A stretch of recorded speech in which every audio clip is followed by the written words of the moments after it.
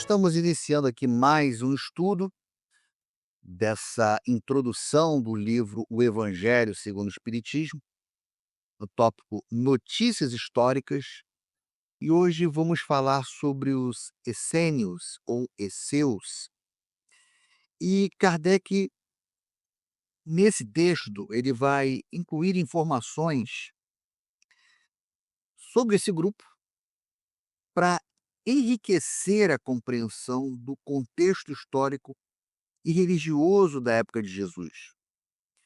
Os essênios, uma seita judaica com prática como vida comunitária, valorização da moral e crença na imortalidade, oferece um paralelo interessante com os primeiros cristãos. Ao apresentar esse grupo, Kardec contextualiza o cenário religioso da época. Ele aborda as especulações sobre a ligação de Jesus com eles, sem comprovação, e reforça a universalidade dos ensinamentos de Jesus, ao contrastá-lo com outras seitas, os saduceus e os fariseus, que já foram estudados em vídeos anteriores. Ele ainda alerta para a distinção entre fontes confiáveis e obras apócrifas, como a suposta morte de Jesus escrita por um essênio. A menção aos essênios, portanto, visa aprofundar a compreensão do ambiente em que Jesus viveu e a originalidade de seus ensinamentos. E Kardec começa falando essênios ou esseus, também seita judia fundada cerca do ano 150 antes de Jesus Cristo, ao tempo dos Macabeus, e cujos membros, habitando uma espécie de mosteiros, formavam entre si uma associação moral e religiosa.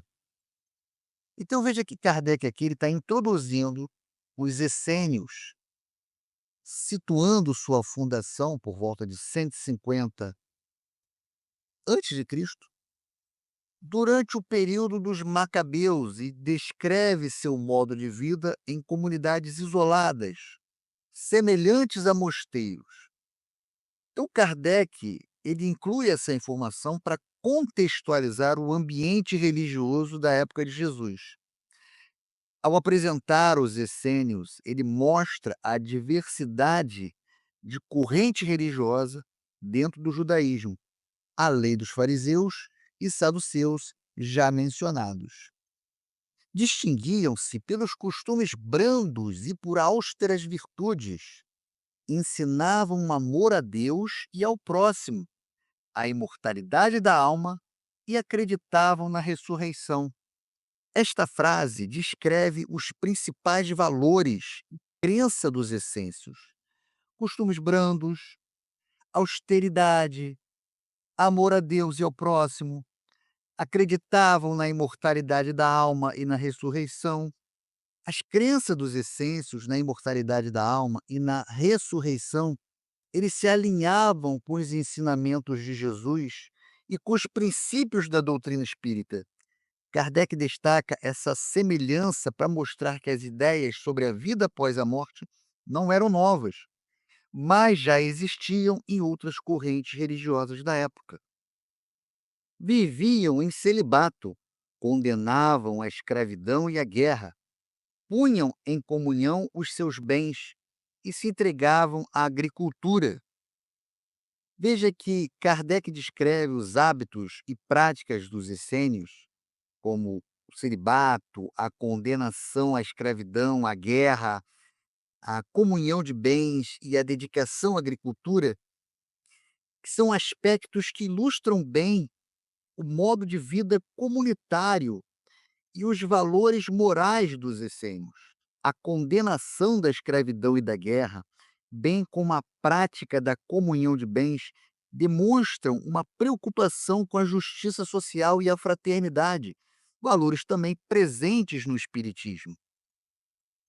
Contrários aos saduceus sensuais, que negavam a imortalidade, aos fariseus de rígidas práticas exteriores e de virtudes apenas aparentes, nunca os essênios tomaram parte nas quarelas que tornaram antagônicas aquelas duas outras seitas. Veja que, nessa frase, Kardec contrasta os essênios com os saduceus e fariseus, destacando suas diferenças doutrinárias e comportamentais. Os essênios se opunham ao materialismo dos saduceus e ao legalismo hipócrita dos fariseus, mantendo-se afastado de suas disputas. Então, Kardec usa essa comparação para enfatizar a postura dos essênios que buscavam uma vida mais interior e voltada para a prática do bem, distante das controvérsias e da busca por poder dos outros grupos. Essa postura se assemelha à proposta do Espiritismo, que prioriza a reforma íntima e a prática da caridade. Pelo gênero de vida que levavam, assemelhavam-se muitos aos primeiros cristãos, e os princípios da moral que professavam induziram muitas pessoas a supor que Jesus, antes de dar começo à sua missão pública, lhes pertencera à comunidade. É certo que ele há de tê-la conhecido, mas nada prova que se lhe houvesse filiado, sendo, pois, hipotético tudo quanto a esse respeito se escreveu. Veja que, nessa parte, Kardec aponta a semelhança entre o modo de vida dos essênios e dos primeiros cristãos, e menciona a hipótese de que Jesus teria pertencido a essa comunidade. No entanto, o texto esclarece que não há provas disso. Então, ao abordar essa hipótese com cautela, reconhecendo, né, a semelhança entre os grupos, mas enfatizando a falta de evidências concretas, Kardec demonstra a postura criteriosa, fazendo uma análise das informações históricas, evitando especulações sem fundamento. A semelhança entre essênios e os primeiros cristãos reforça a ideia de que os princípios pregados por Jesus já ecoavam em outras correntes da época, preparando o terreno para o advento do cristianismo.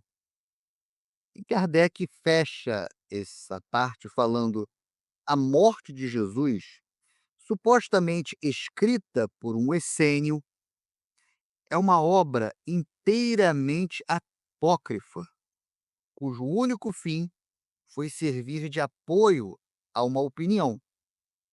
Ela traz em si mesma a prova da origem moderna. Bom, o que Kardec está querendo dizer com isso? Essa parte ela está refutando a autenticidade de um suposto texto essêncio sobre a morte de Jesus, classificando-o como apócrifo e de origem moderna. Ou seja, Kardec inclui essa refutação para evitar confusões e esclarecer que não há documentos essênios autênticos que confirmem a ligação direta de Jesus com essa comunidade. Isso reforça a importância de se basear em fontes confiáveis e de analisar criticamente as informações. Então, para a gente fechar o nosso estudo, vamos fazer aquela revisão, né? Quais são os principais pontos que o texto de Kardec trouxe para o nosso estudo? O primeiro foi a origem e o contexto histórico, né? Os essênios foram uma seita judaica fundada por volta de 150 a.C., na época dos Macabeus. Viviam em comunidades isoladas, semelhantes a mosteiros. Vimos também quais eram as características e práticas. Eles se distinguiam por costumes brandos e virtudes austeras, ensinavam amor a Deus e ao próximo, cultivavam a imortalidade da alma, acreditavam na ressurreição, praticavam o celibato, condenavam a escravidão e a guerra e compartilhavam seus bens e dedicavam-se à agricultura. Outra coisa que nós vimos foi as diferenças entre a relação a outras seitas. Ao contrário dos saduceus, que negavam a imortalidade, e dos fariseus, com suas práticas exteriores rígidas e virtudes apenas aparentes, os essênios mantinham-se afastados das disputas entre esses dois grupos. Havia também semelhanças com os primeiros cristãos, né? O estilo de vida dos essênios apresentava muita semelhança com o dos primeiros cristãos, o que levou algumas pessoas a especularem sobre uma possível ligação de Jesus com essa comunidade. Vimos também que a relação de Jesus com os essênios, né, onde Kardec menciona a especulação de que Jesus teria pertencido à comunidade essênia, mas afirma que não há prova disso. Ele reconhece que Jesus provavelmente conhecia os essênios, mas não há nenhum tipo de evidência que tenha sido membro desse grupo.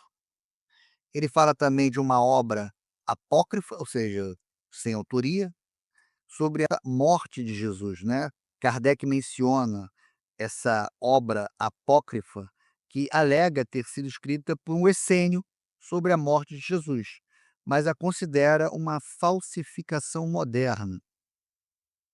E por último, o objetivo de Kardec ao mencionar os essênios, né, Kardec inclui a informação sobre os essênios para contextualizar o ambiente religioso da época de Jesus, ilustrando a diversidade de correntes religiosas no judaísmo daquele período, para esclarecer possíveis influências e para reforçar a universalidade dos ensinamentos de Jesus, que transcendem as particularidades de cada grupo.